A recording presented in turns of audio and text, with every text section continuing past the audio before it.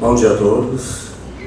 Bom, primeiramente agradeço o convite, né? Sempre falar de propriedade intelectual para mim é muito bom, principalmente que é um tema que pouco é discutido, acho que deveria ser mais discutido no Brasil, porque acho que ele tem muito a contribuir, não só para o desenvolvimento da educação, mas também da tecnologia, da ciência, economia e todas as áreas que estão envolvidas.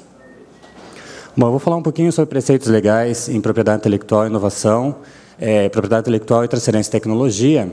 Na realidade, eu vou abordar um pouco os aspectos gerais, iniciais da propriedade intelectual, o que vem a ser os ativos que englobam a propriedade intelectual e como que isso pode ser utilizado por vocês. Bom, primeiro vem o termo propriedade, né? Propriedade ele está descrito desde a Constituição, que vem a ser, não se constitui uma instituição única, mas um conjunto de várias instituições. E a proteção da propriedade, ela já está prevista desde a Constituição Federal, tá? Então não é somente a propriedade intelectual, tá? Então aqui pode ser visto que no artigo 5º da Constituição é garantido o direito da propriedade, sendo que essa propriedade tem que atender à função social. Tá? E a propriedade intelectual ela não deixa de fazer a mesma coisa. Tá? Só que a função social da propriedade ela é definida para cada item da propriedade intelectual, tá? Seja para patentes, marcas, desenhos industriais e direito autoral e assim por diante. Ainda na Constituição Federal, nós temos ainda de ordem econômica e financeira, que também fala da propriedade, no artigo 170, tá? Da propriedade privada e da função social da propriedade também. E também no artigo 182, da propriedade urbana. Ainda o Código Civil também cita a propriedade no seu código, tá? O artigo 1228, tá? Falando que o proprietário tem a faculdade de usar, gozar e dispor da coisa e direito de reavê-la do poder de quem quer que injustamente a possua ou detenha. Nesse caso, a gente está fazendo referência a todas as propriedades, seja ela intelectual ou bens materiais, certo? Os ativos tangíveis e intangíveis.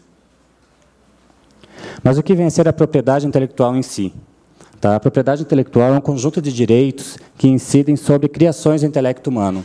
Então, na realidade, são criações a partir de desenvolvimentos do próprio intelecto. Tá? Não vem a ser bens materiais, como uma casa, um carro, mas, na realidade, tudo aquilo que é desenvolvido através da utilização da intervenção do homem. E ele se resume basicamente aos ativos intangíveis, que são os ativos que não têm não possuem um corpo material, certo? Não têm existência física, tá? Eles são totalmente baseados no conhecimento. Só para vocês terem uma ideia, como esses ativos intangíveis hoje estão ganhando um valor muito grande para a sociedade. Aqui eu coloquei uma comparação, tá, de 4 bancos: Unibanco, Banco do Brasil, Itaú e Bradesco, que foi avaliado quanto que vale o valor do intangível de cada um desses bancos. Tá?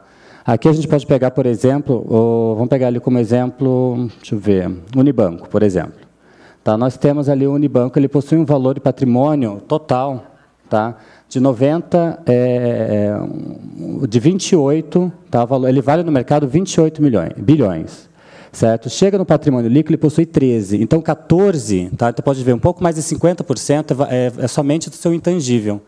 E o que vem a ser um intangível para um banco? Sua carta de clientes, o valor da sua marca, certo? Tudo isso, tudo aquilo que não é palpável. Certo? Então, por exemplo, se você pegar ali para o Bradesco, tá? O Bradesco, 2/3 do valor do Bradesco é baseado no seu intangível. Certo? Isso aqui é a forma mais simples de se calcular o intangível. Você pega o patrimônio líquido, pega o valor de mercado, menos o patrimônio líquido, você tem o valor do intangível. Certo? E aqui nós temos alguns outros exemplos. Tá? Esse aqui foi um estudo feito pela Interbrains. A IBM, 89% do seu valor de mercado hoje é baseado nos seus intangíveis, seja nos seus softwares, patentes, marcas, certo? 95% da Coca-Cola, tá? Lembrando que o segredo industrial também é uma propriedade intelectual, tá? Então, hoje, o segredo industrial da Coca-Cola, eu acho que é um dos bens mais valiosos que ela possui, juntamente com a sua marca. Tá? 94% da Kellogg's e assim por diante. Tá? E como que começou a proteção dessa propriedade intelectual? Acho que com a vinda da intervenção do homem, da criação, do uso do conhecimento para o desenvolvimento regional, local ou até internacional, começou-se a necessidade de querer regulamentar o uso dessa propriedade, porque até então cada um utilizava e não tinha uma regulamentação. Tá? Então eu coloquei isso aqui só para falar um pouquinho do histórico, mostrando que o Brasil, apesar da propriedade intelectual hoje não ser tão difundida no Brasil, não ser tão discutida como deveria ser, mas o Brasil sempre esteve à frente da propriedade intelectual no mundo. Tá? Tanto é que a quarta legislação voltada para a propriedade intelectual, a quarta lei voltada para a propriedade intelectual no mundo foi brasileira, tá? Que foi o Alvará de 28 de abril de 1809 de Dom João VI, tá? Onde ele já regulamentava as patentes no país. Tá? Então, desde 1809, já são concedidas patentes para invenções aqui no Brasil. Tá? Então, como eu disse, quarta legislação, e representava uma das ações da metrópole portuguesa no desenvolvimento da manufatura no Brasil. Tá? E sendo que a primeira patente brasileira foi uma máquina de descascar café. Tá? Só uma questão de curiosidade. E como que se organiza o sistema de propriedade intelectual aqui no Brasil? É importante deixar claro que a propriedade intelectual ela é regida por acordos internacionais, eu até vou falar um pouquinho dos acordos, mas cada país ele tem autonomia, tá, em regulamentar a sua propriedade intelectual, as suas diretrizes, as suas leis. Tá? Então, essa aqui é a estrutura brasileira, tá, que é seguida pela grande maioria dos países, mas, por exemplo, países como Estados Unidos possuem uma estrutura um pouco diferente. Tá? Então, aqui eu estou apresentando a estrutura do Brasil. Então, no Brasil, ela se divide, na realidade, em 3 grandes áreas. Tá? As 2 mais conhecidas são propriedade industrial, que vem a ser concessão de patentes, registro de marcas, desenhos industriais e indicações geográficas, que é regida pela Lei 9279, de 96. Tá? Nós temos ainda direitos de autor, que seriam músicas, obras de artes e obras literárias, pela Lei 9.610, de 98, e programas de computador, né, os chamados softwares, a Lei 9.609, também de 98. Tá? O primeiro, propriedade industrial e programas de computador, eles são concedidos e registrados, tá? A concessão de patentes e o registro dos outros itens intangíveis acontece no INPI, e os demais itens do direito autoral, daí eles já estão espalhados por várias instituições do Brasil, como Biblioteca Nacional, Academia de Belas Artes, até o próprio CREA, que faz o registro, dependendo do item que você está falando do direito autoral. E ainda nós temos uma outra divisão, que seria a proteção sui generis, tá? Que é onde se englobam os cultivares, que é regido pela Lei 9456, de 97, circuitos integrados, células, troncos e transgênicos, e os conhecimentos tradicionais. Entrar rapidamente em direito autoral. Direito autoral, então, são obras literárias que abrangem todas as produções do domínio literário, científico e artístico, qualquer que seja o modo ou a forma de expressão. É exatamente como está descrito na Convenção de Berna, que é a que faz que rege, né, essa convenção que rege o direito de autor. Tá? É importante lembrar que o direito de autor ele se divide em o direito autoral ele se divide em direito de autor, tá, e direitos conexos. Qual a diferença entre eles? O direito de autor é a obra vamos supor, eu escrevi um livro, certo? Então eu tenho o direito de autor sobre aquele livro.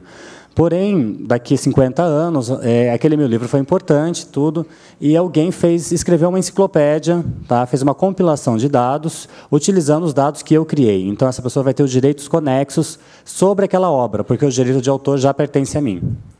Tá? Então, os direitos conexos são os direitos dos artistas intérpretes ou executantes, dos produtores de fonogramas e dos organismos de radiodifusão.